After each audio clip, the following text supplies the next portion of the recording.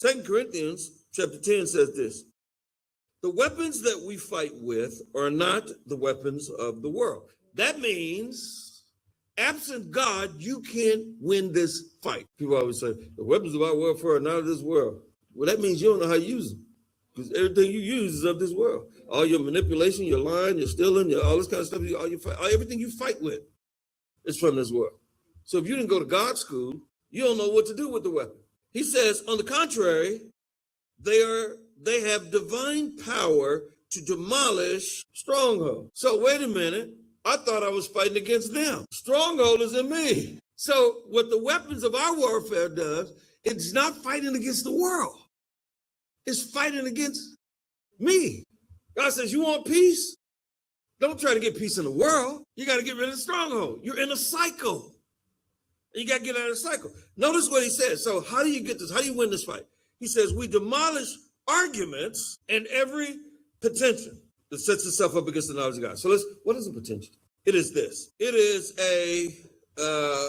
is somebody who sets themselves up and present themselves as more important, more knowledgeable, more spiritual, more wealthy, or more capable than they are. It's interesting. So he says, what God says is, I'm trying to get you down to size. The stronghold is that you think you know more than God.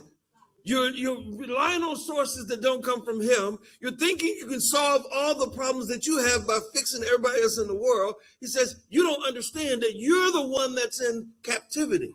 And if you're not fixing you, forget about the world. Strongholds. And our problem is we're arguing with God.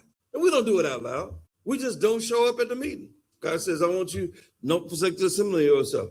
Well, I don't think there's no problem. I go twice a month and I'll watch the others online. Well, you just had an argument. You just told God, I ain't doing that. You said it politely, but it's an argument. Well, God says, don't do this. You say, well, I don't think nothing wrong with doing this a little bit. I'm just going to commit one sin because it's not trespassing. The other person is consenting. You see what I'm saying? He says, but every time you think you know more than God, set yourself up as more important than him, more knowledgeable than him, more spiritual than him, more wealthy than him, and more capable than him. He says every one of those, then anything that sets us up as sister God, whenever it comes at, then that's what I'm after. Then he says, and we take captive every thought. Your thinking is your issue. And I'm looking at all of these thoughts you have, and you have these thoughts in a pretentious way. You think you know. And the problem is, if you know you don't know, you can learn. But if you think you know, you're stuck in a stronghold.